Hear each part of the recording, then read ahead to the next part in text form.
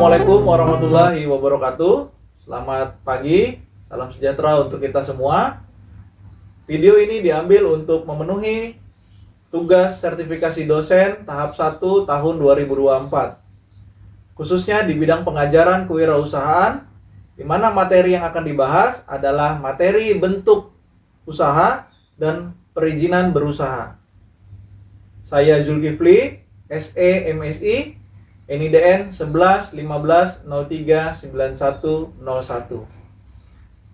Mata kuliah ini merupakan mata kuliah wajib di Fakultas Ekonomi Universitas Widya Gama Hakam Samarinda di semester 4. Mata kuliah ini membahas tentang konsep dan praktik kewirausahaan serta implementasi prinsip-prinsip kewirausahaan. Tujuan dari mata kuliah ini agar dapat membekali mahasiswa dengan pengetahuan, keterampilan yang dibutuhkan untuk menjadi seorang wirausaha sesuai dengan visi misi Universitas Widya Gama khususnya di Fakultas Ekonomi. Capaian pembelajaran mata kuliah ini meliputi mahasiswa diharapkan mampu memahami konsep dan teori kewirausahaan. Kemudian mahasiswa diharapkan mampu mengidentifikasi peluang usaha dan menganalisa resikonya. Kemudian menyusun rencana bisnis yang efektif. Di antara tools yang digunakan adalah bisnis model Canvas. Kemudian mengembangkan jiwa dan karakter wirausaha, menerapkan prinsip-prinsip etika dan tanggung jawab sosial dalam wirausaha. Metode pembelajaran di kelas meliputi ceramah, diskusi, presentasi, studi kasus, termasuk nanti ada kunjungan lapangan ke pelaku usaha industri maupun pelaku usaha UMKM yang sukses. Mata kuliah ini diselesaikan dengan 16 pertemuan, di mana 2 diantaranya adalah ujian tengah semester dan ujian akhir semester. Penilaian yang diambil selain dari UTS dan UAS adalah tugas dan keaktifan mahasiswa di kelas. Mata kuliah ini setidaknya ada 5 referensi di mata kuliah kewirausahaan. Selain itu juga dikembangkan melalui penelitian-penelitian yang kami lakukan, baik secara individu maupun bersama mahasiswa dan lembaga lain seperti Balitbang, Kota Samarinda, atau dinas terkait. Selain itu juga diaplikasikan di dalam pengabdian masyarakat selama peneliti melakukan pengabdian masyarakat di dalam pengajaran bersama pelaku usaha, khususnya usaha mikro kecil menengah, bekerja sama dengan dinas atau instansi terkait. Adapun outline dari mata kuliah ini berkaitan dengan bentuk badan usaha dan perizinan berusaha yang perlu diketahui oleh mahasiswa. Berikut adalah video pembelajarannya. Terima kasih. Assalamualaikum warahmatullahi wabarakatuh. Pagi semua? Sehat ya? Sehat. Oke, teman-teman sekalian, hari ini pertemuan ke-11, di mana pertemuan ke-11 ini kita membahas tentang materi legalitas usaha. Ya, yang kita kenal izin usaha gitu ya. Yang mana sebelumnya kita sudah membahas beberapa materi yang saya coba review dulu teman-teman sebelum kita masuk ke materi ini, kan gitu. Berkaitan dengan bisnis model. Ya, saya berikan tugas ke teman-teman merancang sebuah bisnis model. Ya, kita review sedikit. Masih ingat teman-teman terkait dengan bisnis model sebelum kita masuk ke perizinan? Ada berapa yang kita bahas di bisnis model yang teman-teman rencanakan? Ya, 9. Yang pertama tentang segmen. Apa itu segmen? Ayo. Segmentasi pasar. Iya, target pasar, mengelompokkan. Karena kalau kita bilang pasar kita itu semua orang. Masih ingat ya, minggu lalu kan gitu ya materinya ya. Nah, minggu ini kita bahas tentang legalitasnya teman-teman. Karena dalam pengembangan bisnis itu perlu namanya legal. Ada yang tahu terkait dengan legalitas? Coba. Apa itu legalitas? Izin. Nah, izin itu apa aja? Coba, kira-kira, silakan. Izin itu apa aja? Kan kemarin sudah pegang produk semua, sudah sudah wawancara semua. Sudah nggak wawancaranya sampai ini? Sampai bagian ini sudah nggak? Coba, siapa yang bisa bantu? Boleh salah teman-teman, boleh salah, boleh benar, lebih baik kan gitu. Dalam diskusi, coba. Izin, berkaitan dengan izin. Apa aja izin? Apa yang teman-teman ketahui tentang izin? Legalitas. Kemarin udah bikin produk, udah bikin rencana bisnis, sudah wawancara pelaku bisnis, ya kan? Nah, sekarang apa nih yang teman-teman ketahui terkait dengan legalitas? Kira-kira? Ayo, boleh? NPWP, boleh. Ada lagi yang lain? Apa kepanjangannya? Bentar, Pak. Boleh, silakan. Apa NPWP? Ayo, bro, silakan. Ketemu NPWP? Selain NPWP, bagian dari kelengkapan legalitas NPWP, nomor pokok wajib pajak. Nanti NPWP ini melekat ke nomor NIK, teman-teman, nomor induk KTP. Hari ini kan lain NPWP, lain KTP. Nanti ini sudah mulai dimigrasi antara NIK, nomor induk KTP, dengan NPWP itu akan jadi sah. Ada lagi yang lain? Baru satu NPWP, bagian dari legalitas, kelengkapan legalitas usaha di sektor perpajakan atau wajib pajak. Apa? Boleh? Apa? Nah, BPOM. Salah satu, salah dua. Tadi kan salah satu, ini salah dua. Saya ingin masuk teman-teman ke bahan ini terkait dengan perizinan. Tadi yang teman-teman sebutkan sudah benar. Saya kelompokkan jadi dua. Ada legalitas buat usahanya, buat usaha itu badan usahanya, badannya. Ada legalitas buat apa? Buat produknya. Tadi yang saudara sebutkan berkaitan dengan BPOM, halal, itu produknya, ya kan?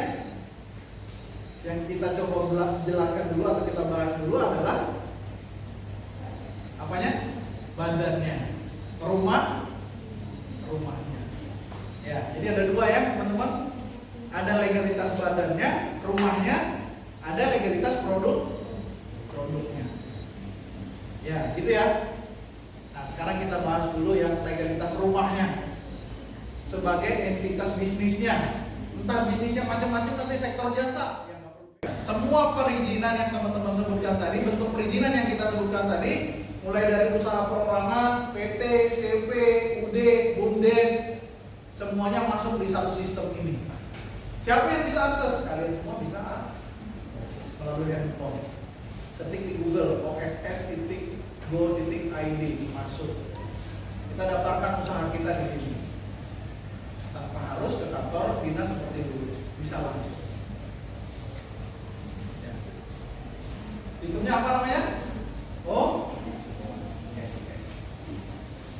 Kemudian yang kedua, bedanya dulu dengan sekarang. Dulu itu izin usaha yang pertama dengan sekarang.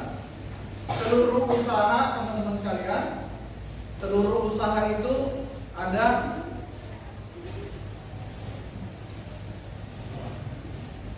ya, seluruh usaha itu ada berapa? Ada ribuan. Klasifikasi usaha itu ada ribuan. Di mana melihatnya ribuan usaha yang kita bisa bisa terbitkan izinnya? Di sini, teman-teman sekalian. Yang kita kenal dengan KBL, kelompok baku lapangan usaha. Itu ada ribuan usaha. Misalnya di sektor peternakan itu ada produk hasil peternakan, macam-macam terus turunannya. Di sektor apa? Misalnya teman-teman di sektor kesehatan, ada perdagangan sektor kesehatan, ada produksi sektor kesehatan. Totalnya 1.600. Pak, kami mau satu kelas nih, mau bikin usaha nih, jasa event. Kan anak-anak muda bikin event uangnya dari yang daftar, yang kayak kita datangkan siapa kan kadang-kadang saya lihat gitu loh beberapa teman-teman dulu waktu saya kuliah dulu. Nah itu bisa diterbitkan izinnya jasa event penyelenggaraan event itu bisa. Nah terbitkan izinnya di sini kan gitu. Ya kan siapa tahu ide bisnisnya timbul karena punya peluang yang bagus, ini bisa kita lakukan gitu. Nah yang pertama tadi OSN, kemudian ada ribuan usaha yang setiap nama usahanya itu punya KBRI tadi kelompoknya, dan ada 6 digit nomor yang menandakan itu. Nah ini yang kadang-kadang pelaku usaha itu salah dia. Salahnya apa? Mencari nomor KBRI karena ribuan kan harus cari yang sesuai. Karena nggak ada gini produk, Pak kami jualan produk bolu apa tadi, bolu kue labu, nggak ada dia tulisannya jualan labu, nggak ada. Iya, izinnya jualan labu tuh nggak ada, di KBRI ini nggak ada. Apa bunyinya? Ada ini teman-teman sekalian. Apa yang harus disiapkan? Ya, cukup KTP elektronik. Ya, jadi untuk menerbitkan ini cukup KTP elektronik, gratis tanpa dia, khususnya yang resiko rendah. Kalau resiko tinggi gratis juga, tapi dia harus diverifikasi. Nah, verifikasinya itu ada syarat. Nah, syarat itu yang perlu biaya. Tapi untuk ininya khususnya yang resiko rendah gratis. Ya. Oke, ini KBRI teman-teman sekalian. Nah, ini akses pertama. Pertama teman-teman nanti masuk ke halaman ini dulu, memilih bahwa usaha kita itu kelompoknya masuk ke usaha mikro, UMKM, mikro kecil atau menengah, non mikro kecil, menengah besar, usaha besar. Apa kriterianya untuk izin? 5 miliar. Oh Pak, baru mulai, belum sampai segini, tidak pilihan. Kemudian lanjut. Nah, tadi yang saya bilang, usahanya perorangan atau badan usaha. Kalau perorangan ya teman-teman menjalankan usaha ini tanpa orang lain, usaha sendiri tanpa badan hukum, berarti teman-teman pilihnya yang pakai email sendiri. Ya silakan. Sudah ada? Izinnya belum ada pasti? Belum. Baru tahu ya? Oke, silakan. Ini misalnya saya surat izin itu kontraknya selesai. Bagus, ini sudah paling sering ditanyakan. Ya, udah ada lagi. Paling sering jadi pertanyaan pelaku usaha. Apa izin ini? Maknanya apa? Oke. Ada lagi yang lain teman-teman? Oke, boleh berdiri. Saya ada saksi izin bertanya Pak, kalau misalkan saya punya usaha, terus saya udah memulai usahanya dari lama tapi belum memiliki izin usaha. Lalu setelah saya lama memiliki usaha, ada lagi orang baru berusaha dengan tingkatan nama yang sama, berusaha dengan nama usaha saya, tapi dia sudah menerbitkan izin usaha namanya. Kalau seperti itu, apakah saya bisa menuntut dia atau enggak? Oke, baik. Nah, dua dulu, ada lagi yang lain? Dua dulu ya. Oke. Yang pertama, manfaat NIB. Memang teman-teman sekalian, ini banyak pertanyaan. Setiap ada pelatihan terkait dengan ini, NIB, pertanyaan mereka adalah untuk apa sih izin usaha? Manfaatnya apa sih buat kita? Kan banyak pelaku usaha ini kan online sekarang. Dia terdetek oleh pemerintah. Nah, manfaatnya dari sudut pandang pemerintah dulu ya. Ya. Pemerintah kan perlu database. Di kantin ini berapa sih pelaku usaha? Berapa sih yang dari yang mahasiswa yang jadi wirausaha berapa? Usia sekian berapa, itu perlu database. Nah, buat kami, buat pemerintah untuk ngambil kebijakan itu perlu data. Si pemilik untuk diberikan bantuan atau kemitraan dengan pemerintah juga perlu tercatat. Gimana caranya? Artinya supaya tercatat di pemerintah.